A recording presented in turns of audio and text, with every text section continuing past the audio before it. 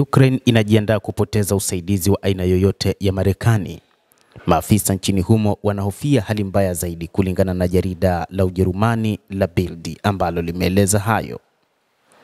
Uongozi huko Kiev unatazama hali mbaya zaidi, ambapo mpango wa rais wa Marekani Donald Trump atakata uungaji mkono wote wa Marekani. Gazeti la Ujerumani la Bild limeripoti likinukuu vyanzo nchini Ukraine. Trump ameripotiwa kuongeza shinikizo kwa Ukraine kukubali haraka toleo la mwisho la Washington kutatua mzozo huo.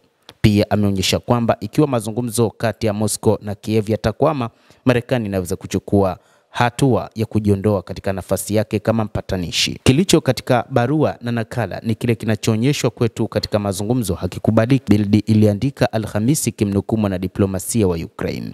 Tunajiandaa kwa hali mbaya zaidi, na hiyo inamaanisha mwisho wa msaada wa Marekani, mtu mwingine wa ndani ya serikali ambaye hakutajwa jina alieleza kupitia jarida hilo la Bild. Rais wa Marekani amekuwa akishinikiza kutatuliwa kwa mzozo huo, huku pia akitafuta makubaliano ya uchimbaji wa madini adimu ya nchini Ukraine ili kusaidia kufidia mabilioni ya dola ambayo Washington imetumia kwa msaada wa kijeshi na kifedha. Trump alisitisha kwa muda vifaa vya kijeshi na ugavi wa kijasusi na Kiev kufuatia mzozo wa hadharani na Volodymyr Zelensky katika ikulu ya White House mnamo mwezi Februari.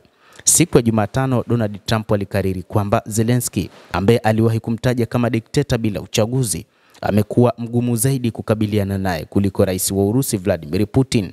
Kauli hiyo ilikuja baada ya Zelensky kukataa hadharani kipengele muhimu kinachoripotiwa cha mfumo wa amani cha Marekani, kisisitiza mapema wiki hii kwamba Kiev haitajadili hata kuitambua rasmi Crimea kama eneo la Urusi.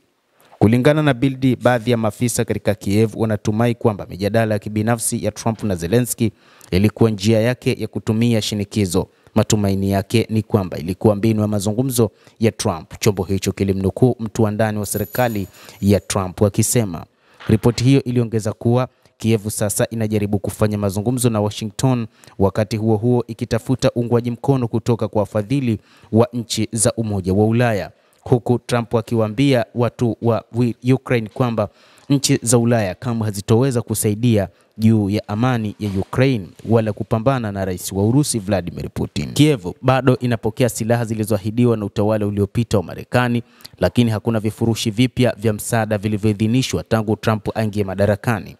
Zelensky alisema siku ya Jumatano kwamba maombi yake ya hivi majuzi ya kuongezewa betri za Patriot na makombora pia bado hayajajibiwa.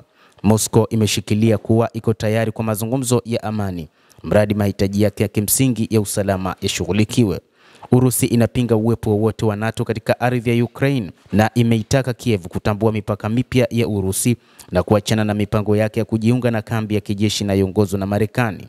Moscow imelaani mara kwa mara kuendelea na kutiririsha silaha za kimagharibi kuwa ni hatari kwa amani yote ya kudumu. Serikali ya Urusi pia imedokeza kwamba haitakubali kusitishwa kwa mzozo huo kwa muda ambao utasababisha tu uhasama mpya baadaye, ikitokea mfano wa ukiukwaji mwingi wa Ukraine, usitishaji vita wa Pasaka na upatanisho mapema kwa makombora dhidi ya miundombinu ya nishati kama uthibitisho wa kutokuaminika kwa Kiev.